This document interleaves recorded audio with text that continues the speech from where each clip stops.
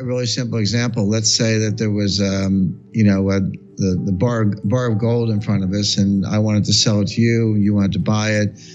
We would go back and forth over the price. We'd agree on a price, and we'd sell that bar. But what if we had one bar of gold, and I'll just make up, let's say a 1 ounce gold coin, so $1,400. And I said, okay, Lynette, I could sell you the 1 ounce gold coin for $1,400, but why don't I sell you 100 ounces? I only have 1 ounce sitting here, but we'll make the other 99 a paper contract. And we'll agree that either I pay you or you pay me, depending on where the price goes from here.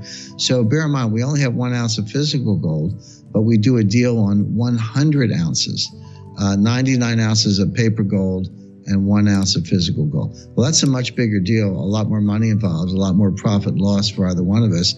But there's still only 1 ounce of gold. The other 99 is the derivative. So a derivative is just a paper bet. It's a paper bet based on some underlying with no limit as to how big the paper bet can be. Now, I'll give you another concrete example.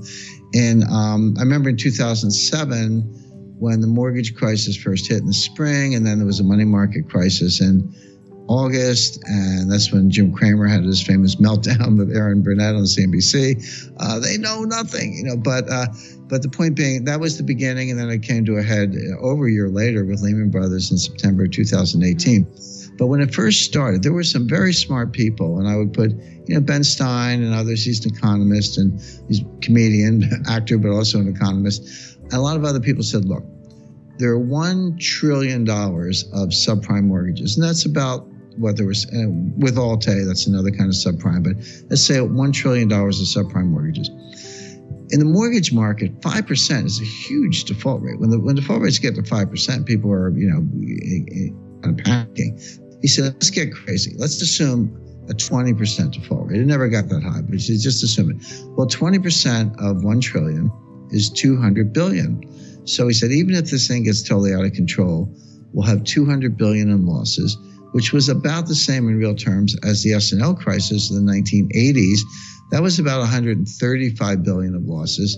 So adjusted for inflation, it would be $200 billion by 2007. And Stein said, well, we survived the 1980s. We can survive this. It's about the same. What he was missing was that, there were $1 trillion of mortgages, but there were $6 trillion of derivatives on the mortgages, on the same mortgages. And so 20% default rate, it wasn't 200 billion, it was 1.2 trillion of losses just to get started. And then the panic went on from there, and the losses were ultimately in the scores of trillions. Right.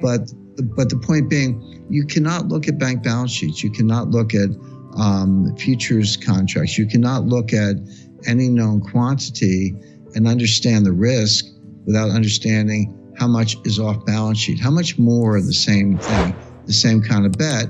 And banks do not put derivatives on their balance sheet. And I've had this debate in chapter 8 of the book, chapter 8 of Aftermath. I talk about a private briefing that I had with the board of directors of Morgan Stanley and their CEO, James Gorman. And I said, well, first of all, a couple things. Number one, your derivative book might be smaller, it actually was, but that's because so many of the derivatives were moved over to the clearinghouses. They created these clearinghouses after 2008. So now, two banks do a derivative trade, and they take it and they send it to the clearinghouse, and you put it on the balance sheet of the clearinghouse. You didn't make the risk go away. You just moved it to a side pocket. So maybe Morgan Stanley or Citibank's balance sheet has fewer derivatives, but it doesn't mean there are fewer derivatives in the system. They've just been put over in the clearinghouse. Who's going to guarantee the clearinghouse? Again, Morgan Stanley's capital base may be fine, at least in most circumstances, but who's backing up the clearinghouse? Well, the answer is the members, which are the banks. So if the clearinghouse gets in distress, they're going to turn to their members and say, hey, give us capital, at a time when the banks are like, oh, we can't do that because we need all the capital we can get. So first of all, you're undercounting derivatives when you ignore the clearinghouses, number one. Number two, and this was the point I made, I said, look, as a bank, you may be stronger, but you're part of a system, and the system is more vulnerable. And if the system goes down, you go down with it. I don't care how strong your balance sheet is. You're part of something bigger, and if that collapses, you collapse too. And I said, look, you're running a bank. You can't take responsibility for the whole world.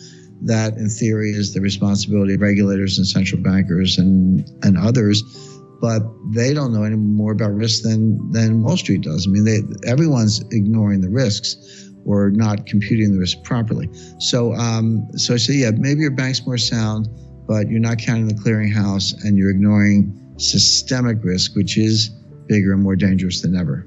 The warning signs are all over the place. You just have to understand them, incorporate them, connect the dots, and then see how it plays out. And it's not just one path or multiple paths, but they all sort of end up in the same place. And then I bring it full circle. I say, well, if this is coming, and it is, what are you waiting for? Why not get ready now? When I've had people say, you know, I'll be half facetious, but it's kind of true.